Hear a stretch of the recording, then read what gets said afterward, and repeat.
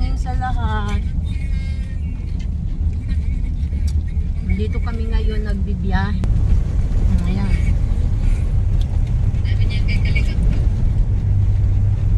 Aming mga doggies. Follow up, check up nilang dalawa. Dahil nagkagalis sila na nangapi yung mga nila, mga balat, dahil sa mayroon kaming naampun na mga asong nasa labas. Pinakain namin, bumalik doon na, pumasok na dun sa bahay namin. Ayaw na sa gate sa mga mayroong maliliit na butas kasi baby pa sila nun. Tapos ang dami nilang kuto.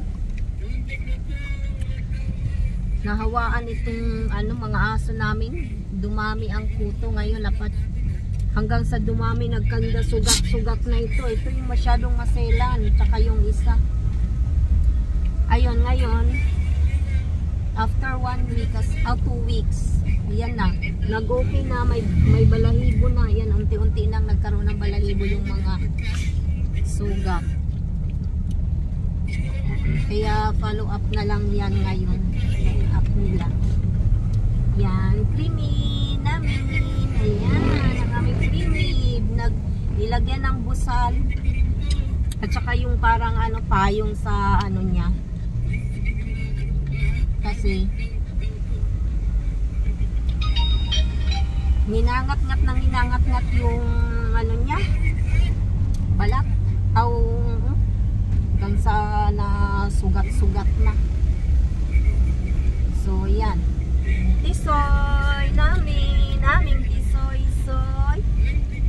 Yan, si tisoy at saka si creamy, pero hindi siya na tisoy.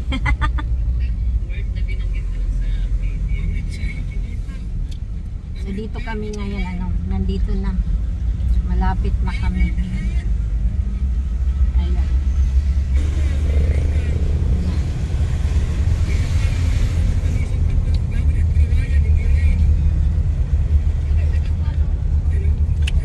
Follow up injection nila Hindi daw kasi yung tawag niyan, pag itcho lang, hindi daw pwede. Kailangan na daw yun, injection, kasi na daw sa balat. So yan guys, kanina pa kami, bumalik lang ulit kami kasi naiwan yung papel na yung follow up nakalagay, follow up injection.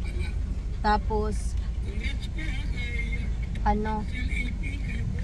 nagsuka din sila kasi bagong ligo.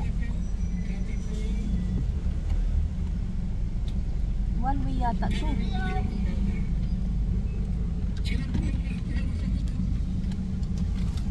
Sabi mo diretso. Yan one way pala, hindi namin alam. Oops. So yan na guys, bye for now. Sabi niya diretso siya.